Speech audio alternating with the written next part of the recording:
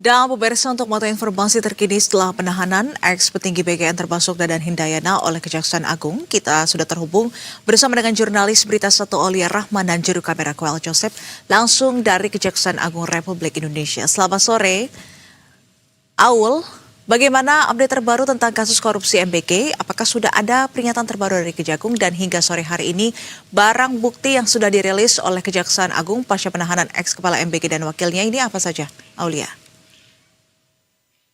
Ya baik Nisrina dan juga pemirsa Berita 1 dapat kami laporkan memang proses penyidikan berkaitan dengan dugaan korupsi di lingkungan Badan Gizi Nasional, tepatnya berkaitan dengan program makan bergizi gratis ini masih terus dilakukan oleh tim penyidik daripada Pitsus Kejaksaan Agung seperti itu.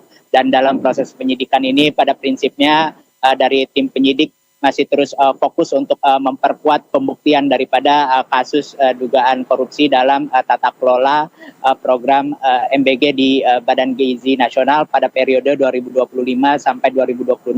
Dan dalam rangka untuk memperkuat pembuktian ini, tim penyidik Kejaksaan Agung masih terus melakukan pengumpulan berbagai barang bukti, alat bukti, salah satunya yakni melalui kegiatan penggeledahan seperti itu di sejumlah lokasi, termasuk kemarin di kantor Badan Gizi Nasional kemarin maupun juga di kediaman para tersangka. Dan memang informasi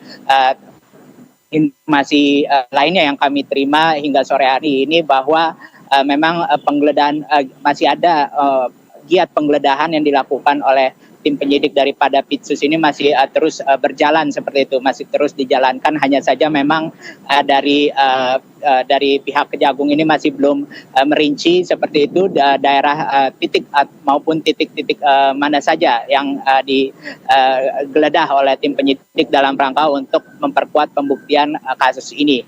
Dan memang selain itu juga dari Kejagung ini masih terus mendalami sejumlah adanya dugaan modus dugaan korupsi yang terjadi di lingkungan BGN ini.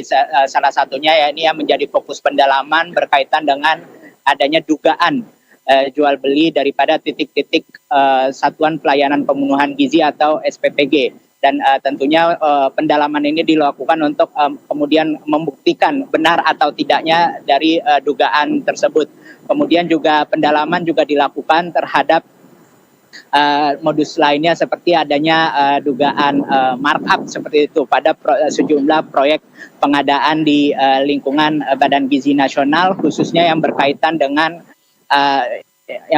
dengan program makan bergizi gratis seperti itu. Dan selain itu juga berkaitan dengan adanya dugaan insentif seperti itu, dugaan insentif kepada yayasan-yayasan yang diduga terafiliasi dengan para tersangka dalam kasus ini, di mana memang para yayasan-yayasan yang terafiliasi ini diduga memang ditunjuk tidak sesuai dengan aturan dan ketentuan begitu, sehingga dinilai oleh penegak hukum ini merupakan suatu bentuk perbuatan melawan hukum untuk kemudian dilakukan penyidikan untuk mengusut secara terang kasus tersebut. Kembali kepada Anda, Nisrina. Baik, terima kasih atas informasinya Aulia Rahman atas laporan langsung Anda dan selamat kembali bertugas.